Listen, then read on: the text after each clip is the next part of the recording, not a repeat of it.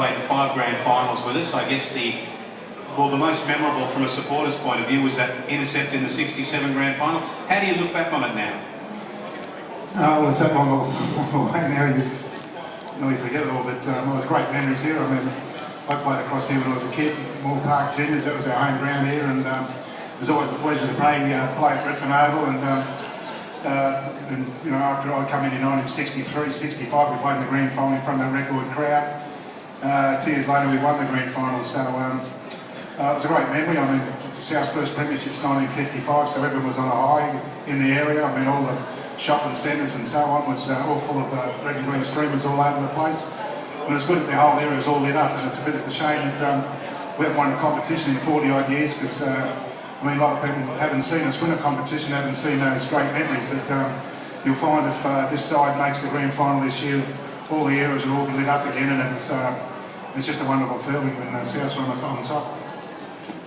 Bob, do you sense that with the training facility that we have now and the football club and the fact that we can attract marquee players, do you feel that those days are close, another premiership?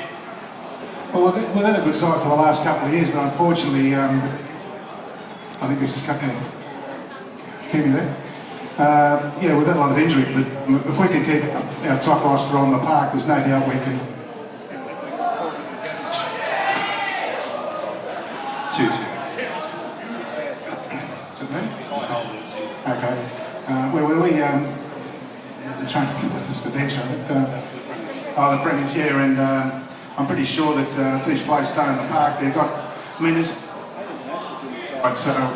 you know, it's a better roster than what say they've got a couple of internationals. We've got 8, so playing wise, we're pretty strong. I mean, you know, if we can get these players on the field throughout the course of the year, I mean, we haven't won a game as yet, but we've been in the fight for the you know, the first 2 games, and just a bit of bad luck and win them, you know. But I'm pretty sure that you know, if we can just keep our players on the park over 26 rounds, there's no doubt we'll make the semis, and Andy can have them teams. Bob, I went to school with your 2 young and both fair footballers themselves. It must have been a great privilege for you to see both your boys play first grade rugby league. Unfortunately, Darren played a grand final for Canterbury, but that was his wish, and young Troy, well, he stayed up in the Gold Coast, and he's up there coaching East in Brisbane at the present stage, and they're leading the comp up there. You know, I'm quite proud of both, and then Judy are both quite proud of both the boys. Darren had, following in my footsteps, being the first son, he had to wear all the garbage thrown at him, and Troy sort of went under the radar, but Darren, to his credit, he stuck by, you know, he played over 50 games for South before he moved on to Canterbury, so he's had a pretty illustrious career. As I said, he's won a premiership, and you know, I'm quite proud of him. But of course, Bobby, you can't put the slipper into Darren for playing for the Dogs, because you, 76 and 77, you went over with everybody's best wishes, but what was behind that? Well, South at the time told me a while, and I was quite prepared to retire. I was on in the tooth, I was in the early 30s, and Giles was down there one day on the beach. Peter Bullfrog Moore come walking over, and he said, you know, it's unusual to see Peter Moore in a gym, because he always had a fag in his mouth, and the other hand was a scotch, and it just didn't look like you know, Peter Moore would be in a gym. And I said, what are you doing here? And he said, I come to sign you up. And I said, oh, I couldn't play against South. And he said, oh, well, there's a contract there. Anyway, I trained every day, and I was pretty fit, and even though I was getting a bit long in the tooth, I thought, well, South don't want me, so I'll go over and sign with Canterbury. And when I agreed to terms with Canterbury, South said, ring me up, and said, I will come around and match the offer. And I said, oh, it's too late. And Charlie Gibson said, have you signed anything? I said, no. I said, give me your word. He said, oh, well, I'll break their word. I said, I'm not worried about they do it, so I break my word. I said, you let you go, you played on my loyalty. And it backfired on you, so I went to Canterbury, had 2 years, and you wouldn't believe after 2 years I got young, all of a sudden they got me back here again. Yeah, that's what I was going to say, mate. You weren't good enough, you were too old at the end of 75, but I remember in 78 you came back and played under Jack. Yeah, it was a bit unfortunate. I come back and I had a couple of games. You won the pre-season comp. We looked like having a good season, but after about 5 games I dislocated my shoulder again badly, and I didn't have it all wired up, so I missed practically the rest of the season. And whilst I was out, they fell apart a bit, and I think Jack got the sack, didn't he? I got the arse or something, and then they brought someone else in, and I pulled a pin after that. I just lost a bit of confidence in my shoulder, and I finished up at the end of 78, and the same thing happened at the start of the 79 season. I was again down at Giles' training there, and Bobby Fulton now. He'd just taken over East, and he said, I want to run in second row. I said, I said, oh mate, don't worry about me. I said, I'm 35 or something, and he said, no, you'll be right, you can handle it, blah, blah, blah.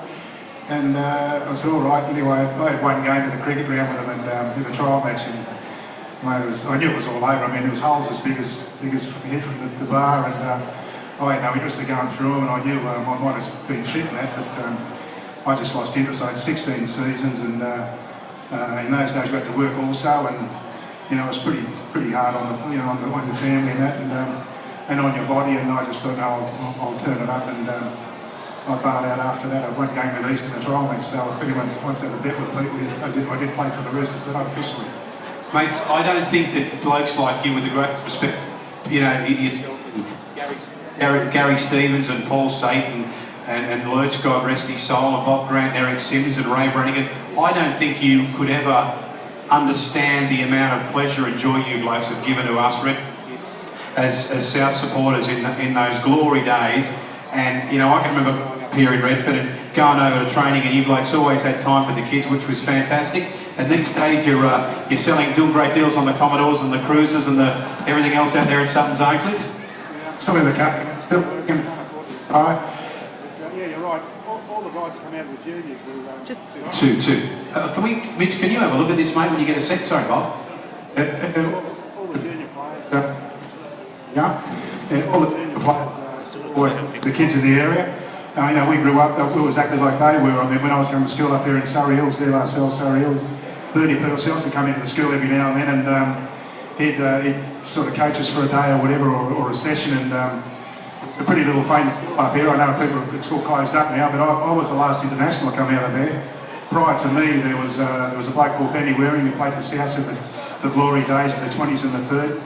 Then they had Keith Holman, Jackie Troy, Bernie Purcell, Dick Pearl captained Australia, and then I captained Australia in 1971 and 73. So out of that little school that just took up a little corner up there, we got 6 internationals out of it. So we knew it was like being at school, and so when we ever got asked to go to school and talk to people and that, and kids like yourself, it was that we were only too willing to, because you just want them to learn like we learned. I mean, I was glad that I heard Bernie Purcell talk, and I wanted to be like him, and I was hoping other guys would try and emulate myself and Gary and all that, and it was great that sort of junior crop that come out of the juniors at that stage. There was Curdy, there was Gary, there was Sate, there was Piggins, there was Sims, Brannigan. I mean, I all played for Australia, so we're lucky that the will at that stage was pretty good. It's been unfortunate over the last couple of years, although they say the Jersey Flegg and the Matthew Shield sides are pretty hot. It's the best they've done for a long time. So let's hope this current crop that's coming through as good as we were way back in the 60s and the 70s. Ladies and gentlemen, Bob McCarthy.